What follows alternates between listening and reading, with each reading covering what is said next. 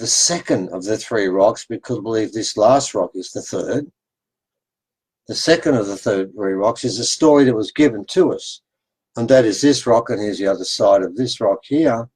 That's Ros's rock number one. There's one side where there's one part of this narrative, and on the other side's another part of the narrative, and there's imprints, there's percussion points in there with imprints, and you've got infills on this, all that stuff.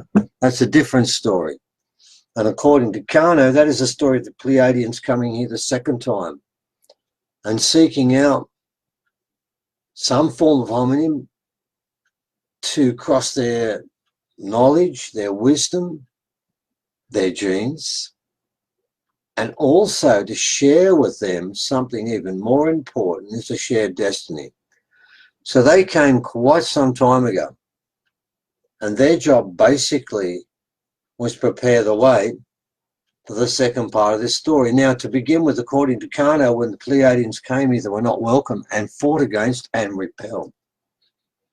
So don't assume that we are morons at the time waiting to be enlightened. We have skills they're seeking too, and they learnt from us, from the original people of Australia, because this is where they went.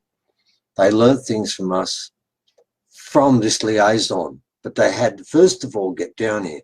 It was only after that battle swayed, because the eagle and the crow that were fighting against the Goanna, which is the Pleiadians, the crow changed sides and joined in, because he knew in the long term there was a good point in this. So anyway, they come down, and the Goanna that was vanquished was given, as part of his defeat, was given something. What he gave was his claws, which the eagle then, the Goanna then took the eagle's claws and scratched the laws and the stories of where they came from into this rock here that we're talking about at the moment. So that's what the whole Revelation is about. It's about the creation of man and the fall of man. So God appears in the Bible only twice. He appears in the beginning when he creates the world.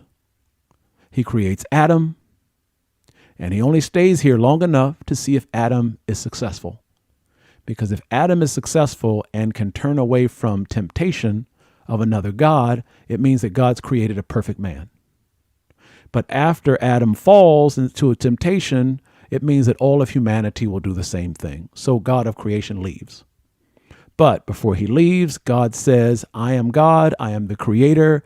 I have given you this earth. I've given you dominion. I've given you all these things. It's yours.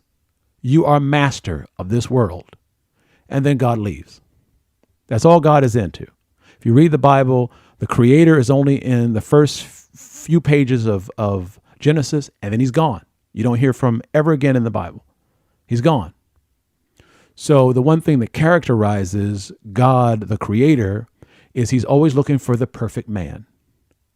And the perfect man in the Bible is always referred to as the Lamb.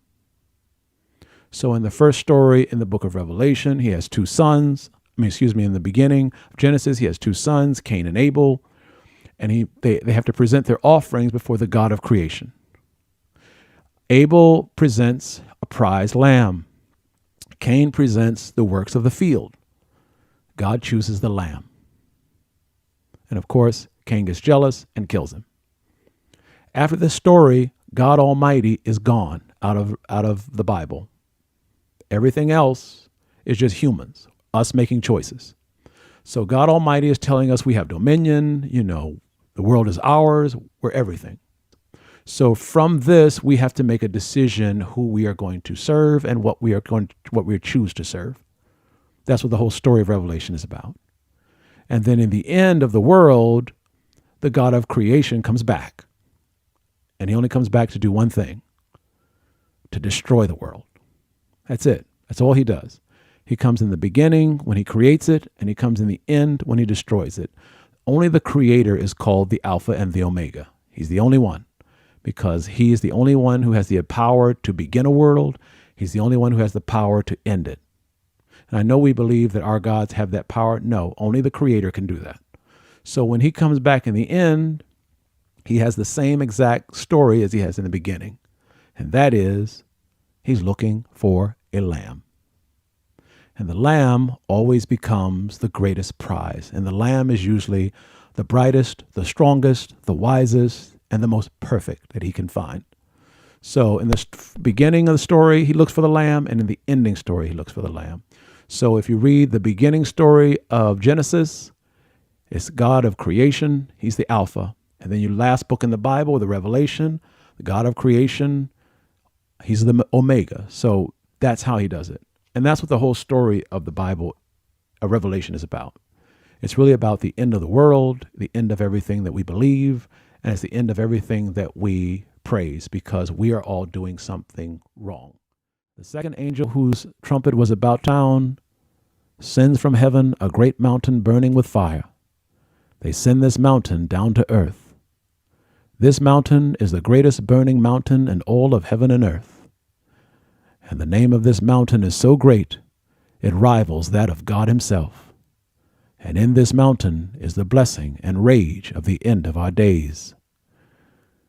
The name of this mountain is Zion.